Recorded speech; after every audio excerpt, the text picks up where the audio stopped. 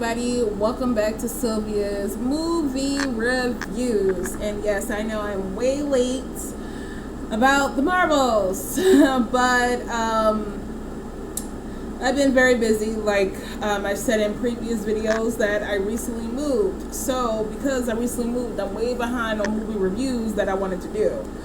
So first things first, as usual, I got my notes from the movie. So the movie starts off with the villain, and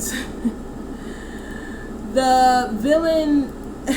Okay, so I'm gonna put it like this: we don't know what's going on, right? And we don't know why these characters come together. We just don't know why. So the villain, Dar-Benn, is like D-A-R space B-E-N-N. So this character, the villain is a woman. That's part of the reason why I do like the movie, is the fact that the villain is a woman. So it's not three women versus a man, which I don't have a problem with that. It's just that it's refreshing to see that the villain is a woman. So the movie starts out with the villain basically trying to make stealing something off of a planet. It wound up being Camilla's bracelet, and basically sets off this whole entire ripple effect of issues. So this is a spoiler review that I'm going to be doing as a whole. The movie itself, because I wrote it in my notes, all the the movie itself as a whole is really good. I like that that all the protagonists are all three. We have Captain Marvel, Carol Danvers. We have Miss Marvel. We have who is Camilla Khan, and then we have Monica Rambeau. So from oldest to youngest is Carol, Monica, and Camilla. So they are all in different areas of their lives. In the beginning of the movie, we see Carol on a ship. She's dealing with nightmares. We see Monica on a spaceship, which I love. WandaVision. I am a big Wanda fan. I don't care if she turned evil. I love that particular character. I like at the end of WandaVision, which is where Monica Rambeau gets her powers, that a Skrull said that they needed help up here. So it's nice to see that Monica basically was promoted, that she's now working on space, on a space station, and doing really good work. So I love that for her. Then you see Camilla being a teenager, because that's what she is. She's a teenager. Doing comic books and being a teenager. I love that they have them in different areas of their life. And then they basically come together. So,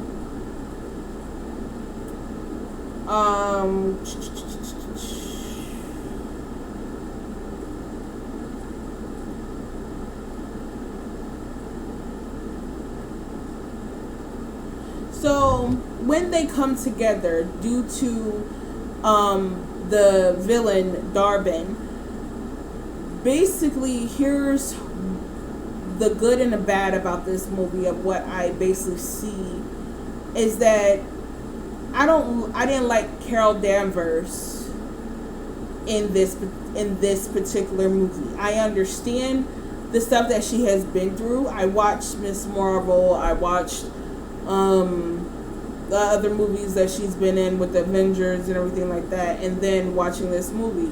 I get it. She has a lot of trauma and a lot of issues.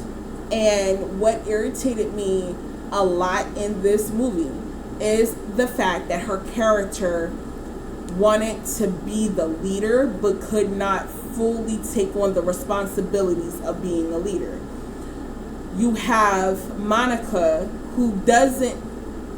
Okay, let me put it like this. Carol Danvers already knows what it's like to be in an army or in, like, basically a group fighting situation. She has training. She was in the Air Force. She then was kidnapped, brainwashed, but she was working with the evil people, the Kree. That's what they're called, the Kree. She was working with the Kree, even though she didn't know that they were her enemy. She was working with the Kree and a group type team, fighting for years, right? So she has that team mindset that she can work in a team. For some reason in this movie, she acted like she did not want to be a part of a team. She didn't know how to be a part of a team. That irritated me first.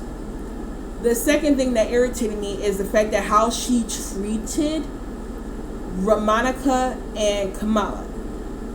Monica first. Monica has a lot of resentment towards her. I feel like as a good leader, you gotta hash that shit out. Real shit. You have to hash that shit out. Monica is very wary of her. Like, she knows she's a good person, but their relationship is rocky because she disappeared for over 2 decades. She left when Monica was like 12 in the 90s, and now Monica is over 30. You get what I'm saying? And she feels as though that she kind of like left high and dry, and she was supposed to come back. That emotional tetherment needed to be addressed, and it was not. As a leader, you should have addressed that. Then Kamala is a child. She is a child, and she thinks superheroing is fine. I've seen all 6 episodes of Kamala's TV show where they introduced her, and she's in New Jersey and all that stuff like that. Her actual TV shows, like short series, was actually really good. The only thing I didn't like about it was how overbearing her mother was. That was about it. But the second thing was that as a leader and the oldest of the 3, she should have sat Kamala down and was like, this is not a game. People's lives are going to be at risk.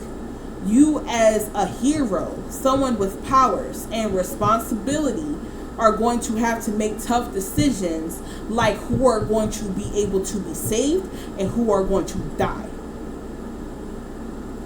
It's good that you have a good heart and that you want to save people, but you have to make those tough decisions. And if you take on the responsibility and you truly want this responsibility, you have to grow and you have to listen and take directive. Because Carol, it should have been a lieutenant, and Monica and Kamala was her subordinates. Really, Kamala is a new trainee and Monica is a subordinate. She should have directed them with this whole switching powers, trying to figure out what Darben wants, how to stop her, and everything like that.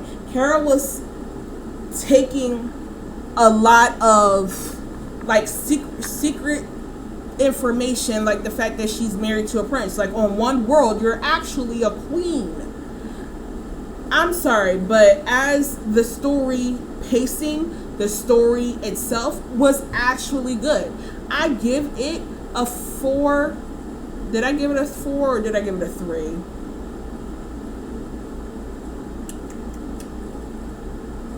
Hold on. Okay.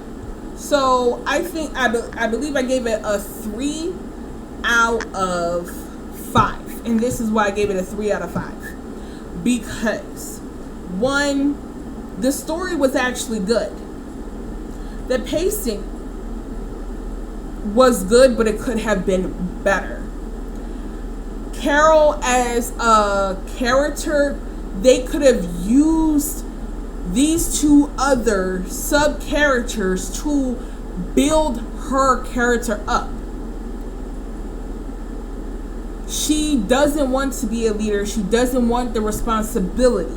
But being in this type of situation where every time you use your powers, you're switching with either one of them, it forces you to work with them. Now, I'm not gonna lie, I did like the little montage of them working together, learning their powers, learning how to equally fight with switching in and out between their powers, and switching out and not using their powers at all to fight, so they don't switch.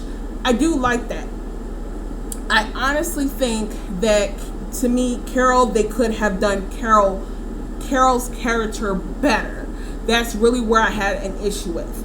Monica Rambeau was, to me, perfect. She was the perfect in the middle of, I know that there's a responsibility out there and I have to handle the situation, and also I have issues with one person here, and I have to kind of be a big sister or leader to this younger subordinate character.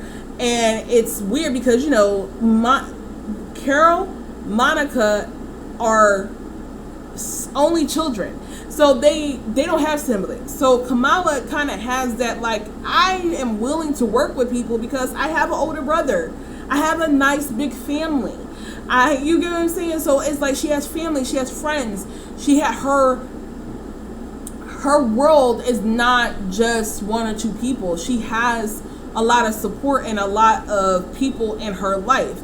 She's willing to be a part of something. But they should have sat there and made Monica and Carol's characters really be like, it's kind of like, well, we have to because we have no other choice, and not, we need to teach this little girl how to survive, and and if she wants the responsibility of this life, give her the real good and bad that comes with it. The story, like I said, was good. It could have been better. The action sequence could have been better. The pacing was good, but could have been better. The originality of, like, the world that has people just singing as they talk. Prince Yan was very handsome. I would like to see him play in something where he's not just a side character. I feel as though that Kamala as a character, she did what she was supposed to do, and she kind of learned the hard way of the superheroing thing. In the end, I feel like I gave it a 3 out of 5 because the emotional connection between them could have been more. Just a little bit more, because I feel like they should have kind of went with the Tony Stark and Peter Parker route. They developed this this relationship. Like, Tony was like a father figure / uncle figure to Peter Parker in this particular universe. And he looked up to him, he respected him, and he actually gave a crap about him. And he wanted to impress him, and he wanted to do good by him and to be the best superhero that he can be because he idolized this person. Kamala idolizes Ms. Danvers. I feel like they missed an opportunity here, because I do love the fact that they did show that Carol is human and she is effed up. She's not perfect, but so was Tony Stark. But they made that connection between the characters where it's like